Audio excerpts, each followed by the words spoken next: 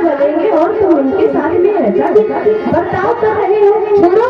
कहते हैं महाराज उनको दंड दे करके छोड़ दिया कन्हैया ने। इस प्रकार से कहते हैं जब इधर रुक्मणी जी पहुंची द्वारिका में, स्वर्ण की द्वारिका है ना, समुद्र के बीच में बनी है, विश्वकर्मा जी के आदेश में महाराज कहते हैं रात में स्वर्ण की द्वारिका बनी। तो जरासंध के भय से भगवान भाग गए थे ना, कल अभी तो पद हुआ नहीं है।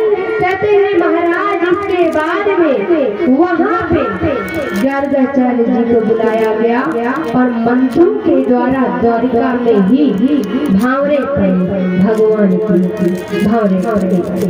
कहते हैं महाराज इस प्रकार से इसके बाद में भगवान का रुक्मणी मैया के द्वारा प्रथम पुत्र हुआ, जिनका नाम है प्रद्युम्न। कहते हैं प्रद्युम्न नाम के प्रथम पुत्र हुए। इसके बाद में कहते हैं भगवान का दूसरा विवाह भालू की बेटी से हुआ, जामवंत जो थे, इनकी पुत्री का नाम है जामवंती। एक बार की बात है कि त्रेता युग में जिस समय भगवान राम वन से लौट करके आए सज्जनों, तो भगवान दरबार में विराजित हुए, राजा बने रहे थे ना बाद में। तो कहा कि भाई सब लोग कुछ न कुछ मांग लो, मैं सबको कुछ देना चाहता हूँ। हनुमंत लाल महाराज ने कहा प्रभु बस आपके चरणों में सदा मेरा प्रेम बना रहे, यही मुझे वरदान दो। सबने कुछ न कुछ मांगा, लेकिन महाराज जामवंत ने कहा सुनो रघुवर, तुम्हारा युद्ध तो जरूर हुआ, राम राम है ना, युद्ध हुआ, सब कुछ हुआ, लेकिन मेरी बराबरी का वहाँ कोई योद्धा नहीं था।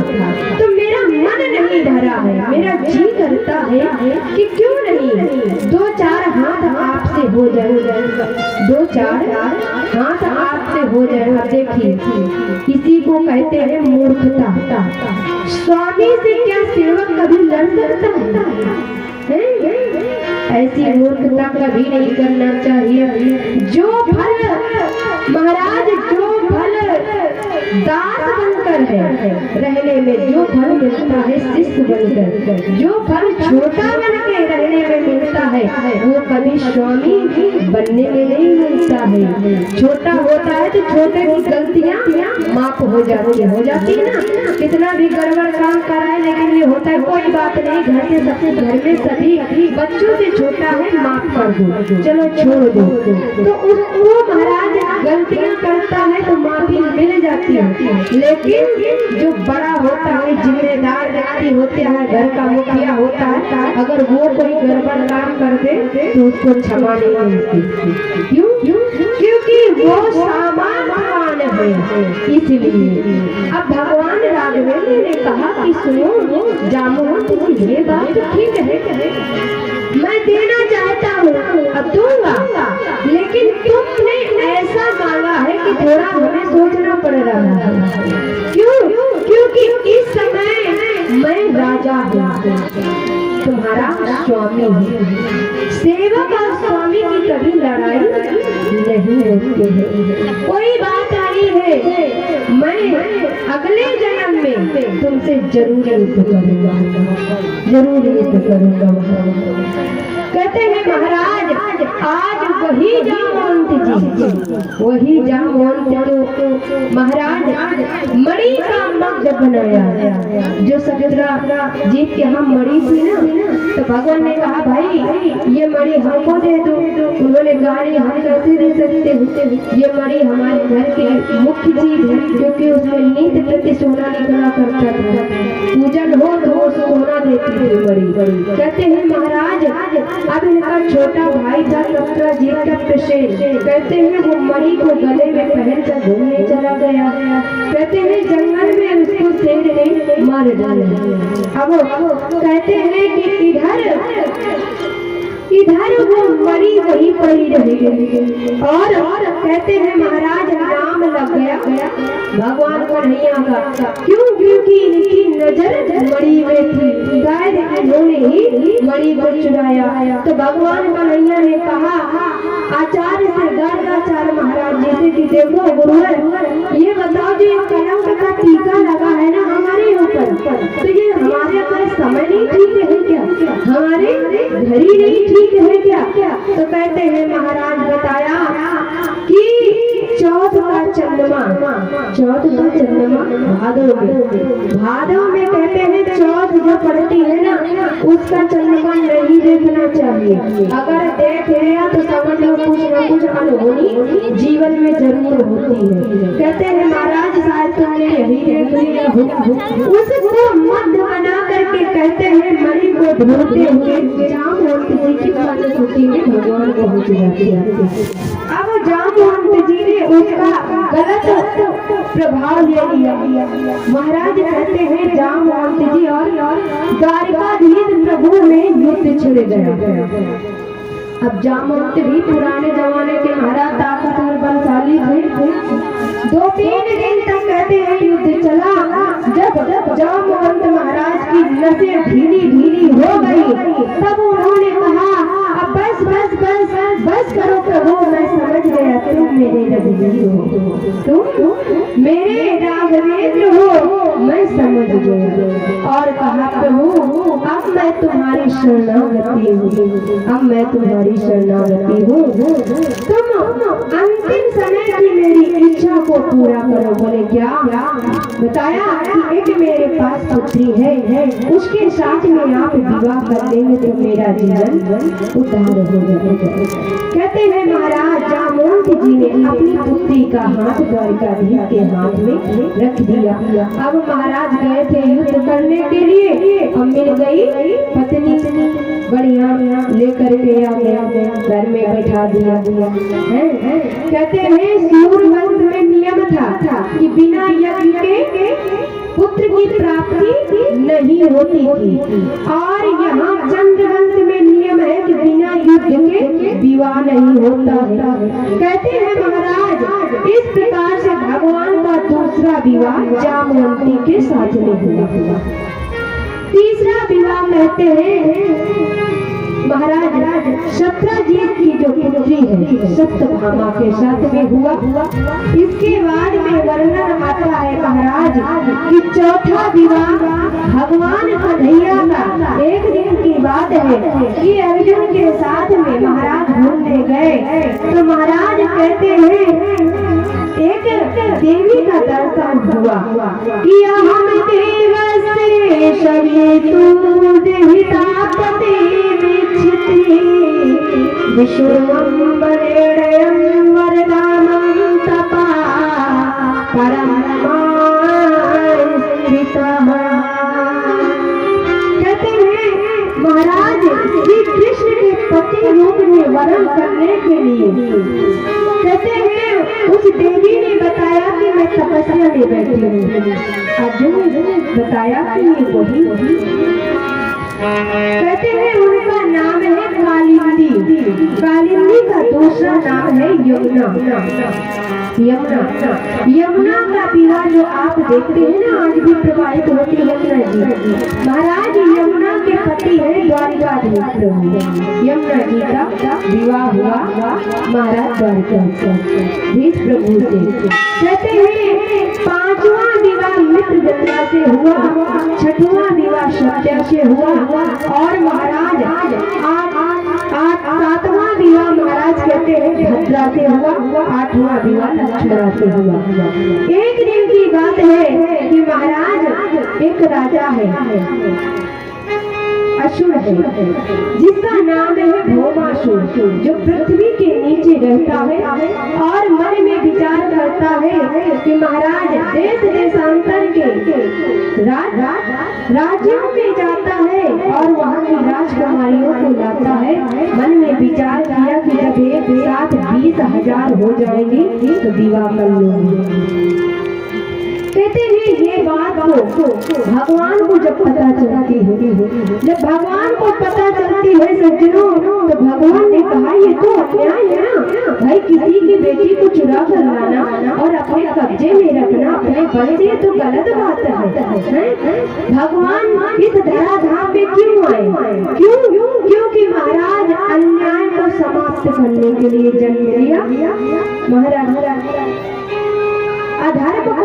समाप्त करने के लिए भगवान ने जन्म लिया।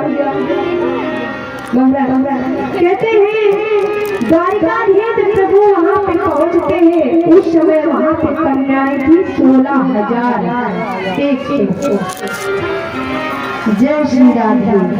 कहते हैं महाराज उस समय वहाँ पे कन्याएं थी 16,001। अब जैसे ही प्रभु पहुँचे तो कहा जाता है कि ये सत्यभामा के पुत्र थे। जब तक सत्यभामा ने कहा कि हम नहीं कहे तब तक आप मेरे पुत्र को नहीं मानना। प्रभु सत्यभामा को लेकर के जाते हुए युद्ध होता है तो मुंह से निकल गया, अरे स्वामी इसको मार क्यों नहीं देते। भगवान ने उनका वध किया। कहते हैं जब उसका वध किया गोविंद ने, तो जब उन राजकुमारियों के पास में प्रभु पहुँचे, उन राजकुमारियों के पास में जब प्रभु पहुँचे तो कहते हैं महाराज कन्याओं ने कहा कि हे रघुवीर, हे मेरे प्रभु, अब हमें ये दुनिया, हमें ये समाज कभी अपनाएगा नहीं। देखिए जो लड़कियां होती हैं, जो कन्याएं होती हैं, लोग उनको संभाल के क्यों रखते हैं, उनको संभाल के कहते हैं महाराज अगर लड़का है, ध्यान से सुनना, अगर लड़का है, लड़का बिना बताए घर से निकल जाए 2-3 दिन के लिए, 2-3 रात्रि के लिए, तो उसके ऊपर कोई लांछन नहीं लगा रहता। क्यों? क्योंकि मानव जीवन जो नरका रूप मिलता है ना, तो कहते हैं जो लड़के होते हैं इनको बम्बो कहा गया, बेशरम कहा गया है ना, बेशरम बम्बू। ये ऐसी जड़ है कि महाराज जंगल में भी फेंक दो तभी भी ये हरे भरे बने रहते हैं।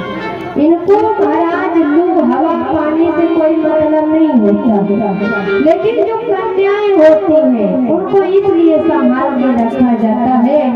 जिस प्रकार से महाराज, जिस प्रकार से सोनार के पास में हीरा होता है, हीरा होता है ना, तो वो हीरे को क्या करता है, पहले तो बड़ी बक्स में रखता है, उसके बाद उसके छोटे वाले बक्से में रखता है, फिर उसके छोटे वाले में रखता। हीरा होता है छोटा, छोटा हीरा होता है, लेकिन उसकी कीमत कितनी बड़ी होती है, कितनी बड़ी कीमत होती है। ऐसे ही हमारे देश की देवियां, हमारे देश की बेटियों की कीमत बहुत बड़ी होती है।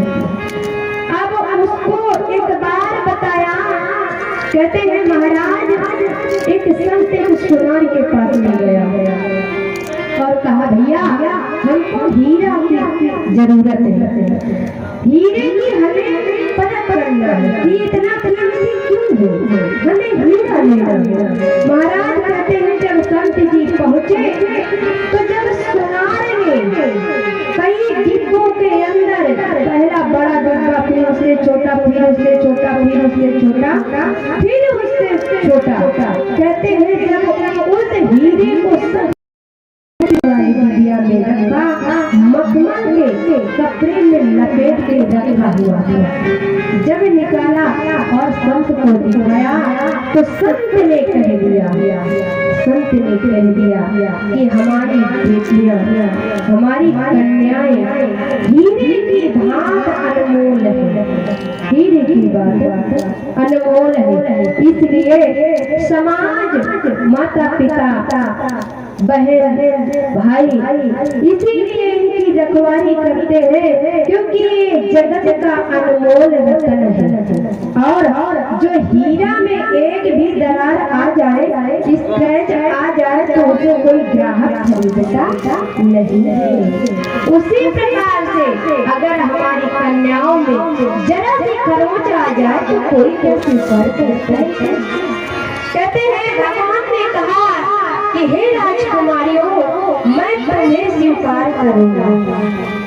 देखिए अगर दुनिया में कोई है तो वो है भगवान स्वीकार करने वाला। 100 गलतियां माफ करके ये गोविंद अपने भक्त को अपनी गोद में उठा लेता है। ये इनकी महती कृपा है। कहते हैं महाराज कहा राजकुमारियों से कि सुनो, तुम्हें कहीं जाने की जरूरत नहीं है। मैं जानता हूँ कि ये समाज तुम्हें अपनाएगी नहीं, ये दुनिया तुम्हें अपनाएगी नहीं, या तो तुम आत्महत्या कर लोगी या कुआं में जाकर के मर जाओगी। लेकिन कोई बात नहीं, अगर तुम कहो तो मैं तुम्हें स्वीकार करता हूँ। कहते हैं महाराज समस्त जितनी राजकुमारियां ने सबने कह दिया है हम तुम्हारी शरणागति है। कहते हैं भगवान सबको लेकर के द्वारिका में पहुँचे और सबके साथ में एक साथ विवाह किया। इस प्रकार से भगवान द्वारिकाधीश की 16,108 रानियां हो गई। 8 तो पटवानियां है ना, और सबसे ज्यादा इसमें क्रोध स्वभाव की महाराज जो थी वो थी सत्यभामा। क्षत्रिय थी ना, ये क्षत्रिय होने के कारण महाराज अब मणि भी साथ में लेकर आई थी। तो मणि कहते 8 भार सोना देती थी एक दिन में। तो कुछ ठाट बाट लगे होते भाई जिस बेटी का विवाह हो और उसके माता पिता 20-20 लाख रुपया दे के भेजे, दान दहेज सब कुछ दे, इसके बाद में अगर वहाँ ससुराल में कोई कह दे कि भाई सुनो बहू हमको 1 लोटा जल दे दो, तो क्या वो 1 लोटा जल देगी? वो तो यही कहेगी कि भाई हम 20-30 लाख रुपया लेके आए, तुमने तो तुम्हारे बेटे को तो हमारे पिता ने खरीद लिया है। क्यों? तुम्हारे बेटे को हमारे पिता ने तो खरीद लिया है, तो भाई हम कोई नौकर थोड़ी ना है घर के, हम क्यों करेंगे काम? इसीलिए जीवन में अपनाइए, कभी भी अपने बेटे को बेचिए नहीं। ऐसी कन्या का वरण कीजिए जो आपके घर में आए तो महाराज बहू नहीं बेटी बन के आए, क्योंकि बेटी सदा पिता का मान स्वाभिमान अरमान बचा के चलती है। कभी भी अपने बेटों को बेचना नहीं चाहिए। 10-20 लाख में कभी नहीं बेचना चाहिए, क्योंकि फिर वो जीवन भर उस रिश्ते को दोनों बना के नहीं चल पाते। भाई जब बेटी आएगी इतना दान दहेज लेकर आएगी तो उसकी अकड़ उसके नखरे तो अलग होंगे। क्यों तुम्हारी बात बर्दाश्त करेगी? और जब कोई सुंदर कन्या लेकर आएंगे सब गुण संपन्न, तो वो झुक के चलेगी, तुम्हारा सम्मान करेगी। इसीलिए कहा जाता है कि पहला सुख निरोगी काया और दूसरा सुख घर में हो माया, तीसरा सुख सुरक्षा नारी और चौथा सुख पुत्र हो आज्ञाकारी। जब ये 4 सुख जीवन में होते हैं तो उस मानव को कभी भी जीवन में कष्ट नहीं होता। तो सुलक्षणा नारी तो तभी आएगी ना जब हम अपने भावों को अपने विचारों को बदलेंगे, तभी अच्छी कन्याएं मिलेंगी, तभी अच्छी पत्नियां मिलेंगी, है ना। आज लोग देखते हैं हम आप लोग कि महाराज वृद्धाश्रम बन गए, सुना है ना आप लोगों ने वृद्धाश्रम।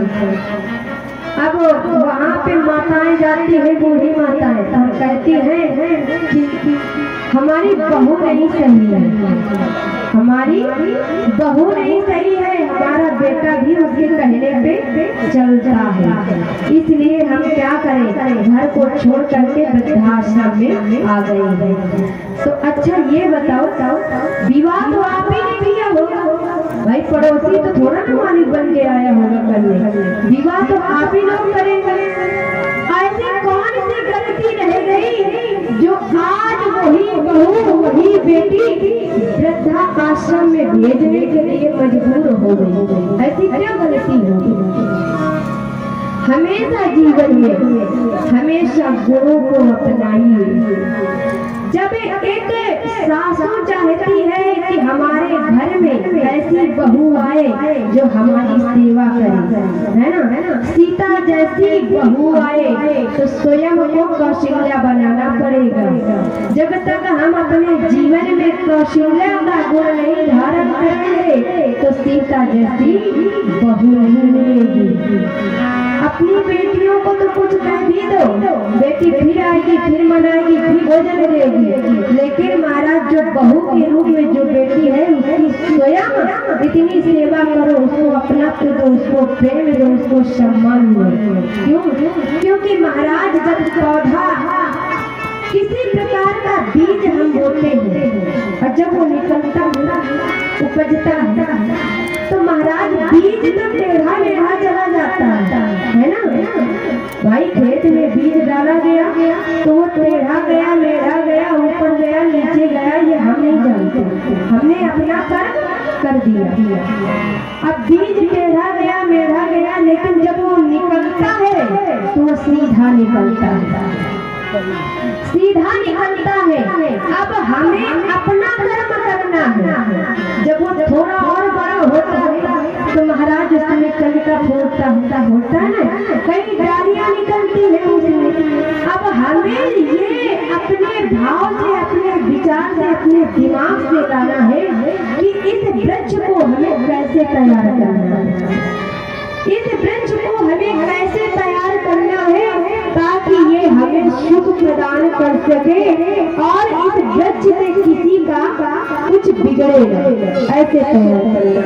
उसी प्रकार से जब बहू आती है ना तो महाराज वो घर नया होता है, उसके लिए नए लोग, नया घर, नई दुनिया। अब उसको हम जैसे चाहे वैसे माहौल में ढाल सकते हैं, ढाल सकते हैं। बहू को अच्छे संस्कार दीजिए। देखिए वहाँ माँ छूटती है तो यहाँ धर्म की माँ मिल जाती है। वहाँ पिता का सम्राट छूटता है तो महाराज यहाँ धर्म का पिता मिल जाता है। वहाँ माँ हमें सिखाती है कि नहीं बेटा ये काम ऐसे ऐसे करना है, इसको संभाल के ऐसे करना है। तो सासू माँ हमें सिखाती है कि अपनी गृहस्थी को कैसे बांध के चलना है ना। पिता गोद में बिठा करके प्रेम देता है तो महाराज ससुर भी अपने हृदय में आसन में अपनी बहू को इसलिए देता है। जीवन में इन गुणों को अपनाइए। कहते हैं महाराज कन्याओं ने कहा कि मैं तुम्हारी शरण में हूँ। भगवान ने सबके साथ में दिया कर दिया। इसके बाद में कहते हैं महाराज भैया यहाँ बर्फ लगा दीजिए। बोले गोविंद भगवान की, बोले राधे रानी सरकार की। आइए एक भजन भाई के द्वारा इसके बारे में हम सभी कथा में प्रवेश लेंगे। बोले वृंदावन हरि राम की। लीजिए छोटा सा भजन।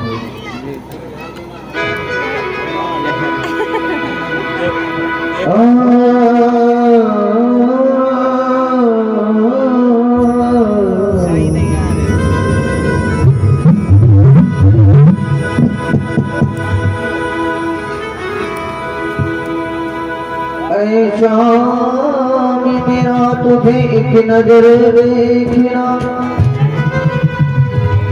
किसी बंदगी से कम नहीं।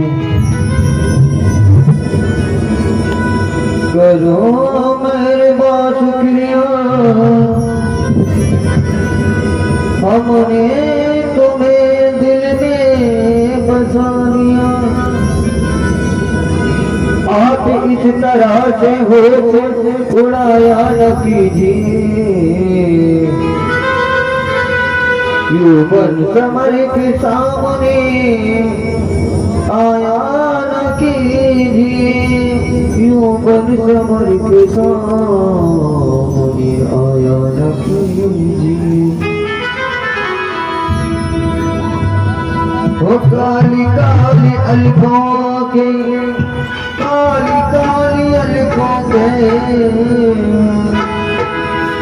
काली काली अलगों के फंदे क्यों डाले।